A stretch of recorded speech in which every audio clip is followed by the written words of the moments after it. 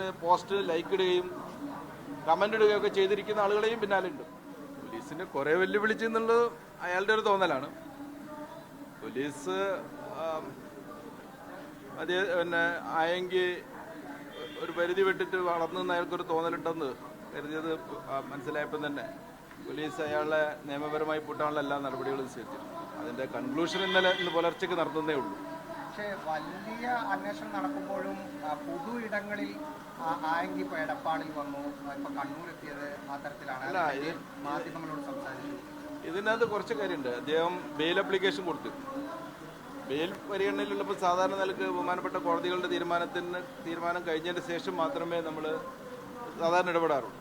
കോടതി കഴിഞ്ഞ ദിവസമാണ് ബെയിൽ റിജക്റ്റ് ചെയ്തിരിക്കുന്നത്, ആൻറ്റിസിപ്പേറ്ററി ബെയിൽ. അതിനുശേഷം പോലീസ് ആക്ട് ചെയ്ത് ആ സമയത്താണ് ഇയാൾ മുങ്ങിയിരിക്കുന്നത്.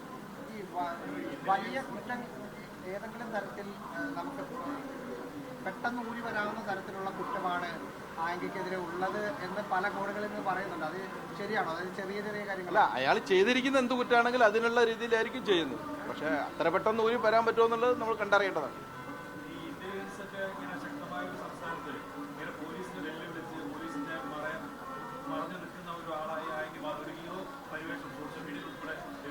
അല്ല, ഇപ്പോഴെന്താണ് പരിവേഷം ഉണ്ടായിരിക്കുന്നത്?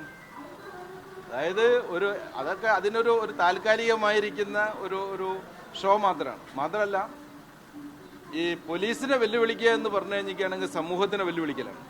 പോലീസ് എന്ന് പറഞ്ഞത് സമൂഹത്തിൽ നിന്നും വേർതിരിക്കുന്ന ഒരു ഇൻസ്റ്റിറ്റ്യൂഷനല്ല. സമൂഹത്തിൻ്റെ സുരക്ഷിതത്വത്തിന് വേണ്ടിയിട്ടും ജനങ്ങളുടെ ജീവനും സ്വത്തിനും കാത്തു സൂക്ഷിക്കുന്നതിന് വേണ്ടിയിട്ടാണ്. അത്തരം പോലീസിനെ വെല്ലുവിളിക്കുന്നതിൽ ആഹ്ലാദം കണ്ടെത്തുന്നുണ്ടെങ്കിൽ അത് സമൂഹത്തിനെ വെല്ലുവിളിക്കുന്നതിൽ ആഹ്ലാദം കണ്ടെത്തുന്നു. ഞങ്ങൾ ഇത്തരത്തിൽ വെല്ലുവിളിക്കുന്നതിൽ ആഹ്ലാദം കാണുകയും അതിന് പോസ്റ്റ് ലൈക്ക് ഇടുകയും കമൻ്റ് ഇടുകയൊക്കെ ചെയ്തിരിക്കുന്ന ആളുകളെയും പിന്നാലുണ്ട്. അല്ല, അയാൾ ലൊക്കേഷനുകൾ പലയിടത്തു നിന്നും മാറി നടക്കുകയായിരുന്നു. പക്ഷേ അയാൾ പോകുന്ന മാറലുകളൊക്കെ ഞങ്ങളുണ്ടായിരുന്നു. പക്ഷേ ഞങ്ങളൊരു കാര്യമുണ്ട്, ഞങ്ങൾക്ക് ബഹുമാനപ്പെട്ട ആഭ്യന്തരമന്ത്രിയുടെ കൃത്യമായിരിക്കുന്ന നിർദ്ദേശമുണ്ട്. ഒന്ന്, ഇയാളെ പിടിച്ചിരിക്കണം. രണ്ട്, ഇതൊരു നമ്മളുടെ ഒരു ഹ്യൂമൻ റൈറ്റ്സ് വയലേഷനോ നിയമപരമല്ലാത്തൊരു രീതിയും ഫോളോ ചെയ്തത്. കൃത്യമായിരിക്കുന്ന നിയമപരമായിരിക്കുന്ന രീതികൾ ഫോളോ ചെയ്തുകൊണ്ടാണ് നമ്മൾ ചെയ്തത്. മറ്റൊരു കാര്യം, വെടിവെക്കാൻ തീരുമാനിച്ചു. അതെല്ലാം അതാരോ കേരള പോലീസിന്റെ തീരുമാനമായിരുന്നില്ല.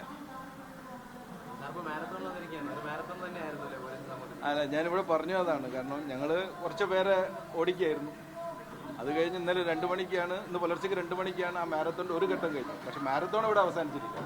ഞങ്ങൾ ഓപ്പറേഷൻ ഗ്രിപ്പ് എന്ന് പറഞ്ഞൊരു മാരത്തോൺ ഉണ്ട്. ആ മാരത്തോൺ ഗുണ്ടകൾക്ക് പിന്നാലെയുള്ളതാണ്. അതിൽ ഇന്നലെ ഒരു 55ഓളം പേരെ ഞങ്ങൾ കസ്റ്റഡിയിൽ എടുത്തിട്ടുണ്ട്. അത് തുടർന്നുകൊണ്ടിരിക്കും.